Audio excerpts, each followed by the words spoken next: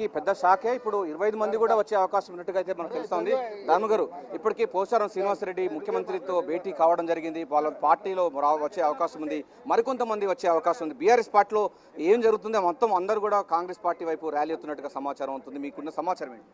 అందరు కూడా రావాలని కోరిక ఉంది. ఎందుకంటే ఇది ఒక ప్రజా పాలన జరుగుతుంది, ప్రజాప్రభుత్వం కాబట్టి ప్రజలందరూ కూడా ఇన్ని సంవత్సరాలు చాలామంది శాసనసభ్యులు ఎన్నో రకాలుగా మరి ఇబ్బందులకు గురయ్యారు. శాసనసభ్యుడిగా ఉండి కూడా మరి వాళ్ళకి దక్కాల్సినటువంటి గౌరవం దక్కలేదు కాబట్టి ఈరోజు అందరు కూడా మీటింగ్ ర్యాలీ స్టార్ట్ అయింది. అందరు కూడా మన కాంగ్రెస్ వైపు చూస్తుండ్రు. కాంగ్రెస్ పార్టీ తరఫుననే వాళ్ళకి నిజమైనటువంటి న్యాయం జరుగుతుంది అనేది అందరి ఒక విశ్వాసం, ఒక నమ్మకం కాబట్టి తప్పకుండా అలా జరుగుతుంది. అంటే ఎంతమంది వచ్చే అవకాశం ఉంది సార్? చాలామంది, అందరూ నేను నంబర్ చెప్పలేను కానీ చాలామంది మ్యాక్సిమంగా అందరి ఆలోచన ఇదే ఉంది.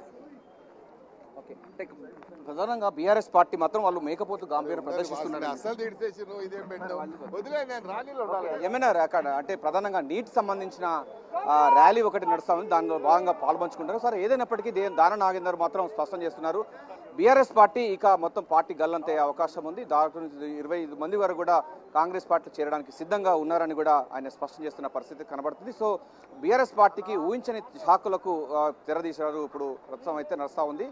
రాష్ట్ర వ్యాప్తంగా పోచారం శ్రీనివాసరెడ్డి కాంగ్రెస్ పార్టీలోకి ఆదివారంగా రావడం, ఆయనతో పాటుగా మిగతా మంది కూడా రావడం అన్నది ప్రాధాన్యత సంతరించుకు ఆయన కూడా నిజామాబాద్ జిల్లాలో చాలా క్రియాశీలకమైనటువంటి నాయకులుగా ఉన్నారు కనుక డెఫినెట్గా ఆ తరహా సంబంధించినటువంటి ఆయనకు అంత గౌరవం ఇచ్చేది కూడా కాంగ్రెస్ పార్టీ హామీ ఇచ్చినట్టుగా తెలుస్తుంది. మరికొంతమంది కూడా హైదరాబాదు చుట్టుపక్కల ప్రాంతాల్లో ఉన్నటువంటి ఎమ్మెల్యేలందరూ కూడా కాంగ్రెస్ పార్టీలో చేరేందుకు రంగం సిద్ధం చేస్తున్నారు. ఏమైనా సాదిక్, ఒక విషయం చెప్పండి, ఈ చేరికతో కాంగ్రెస్ పార్టీ ఆకర్షణ స్టార్ట్ చేసిందని భావించుకోవచ్చా?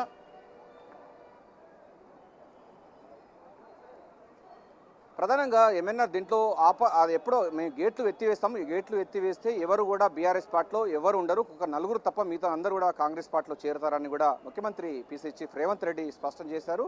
అయితే ఎన్నికల సమయంలోనే వాళ్ళందరూ చేరాల్సి ఉండే, కానీ అది కొన్ని అనివార్య కారణాల వల్ల రాలేదు. ఎప్పుడైతే రావాలో రైట్ పర్సన్ అప్పుడు, అంటే రైట్ టైం అప్పుడు రావాలని కూడా సూచించిన నేపథ్యంలో ముఖ్యమంత్రి రేవంత్ రెడ్డితో అయితే చాలామంది బీఆర్ఎస్ పార్టీ నేతలందరూ కూడా టచ్లో ఉన్నారని కూడా స్పష్టంగా అర్థమవుతుంది. అందుకోసం ఇప్పుడు పూర్తి స్థాయిలో కూడా అసెంబ్లీ సమావేశాలు ప్రారంభం కాబోతుంది. రైతు సంబంధించినటువంటి రైతు భరోసా కార్యక్రమం కానీ, రేపు 2 లక్షల రుణమాఫీ సంబంధించిన అంశాలన్నీ కూడా ప్రభుత్వం చాలా యుద్ధ ప్రాతిపదికంగా చాలా టాప్ ప్రియారిటీగా తీసుకుంటున్న తరుణంలో వాళ్ళందరూ కూడా కాంగ్రెస్ పార్టీ వైపు ర్యాలీ అవుతున్నట్టు చెప్పవచ్చు. అందులో భాగంగానే వాళ్ళందరూ కాంగ్రెస్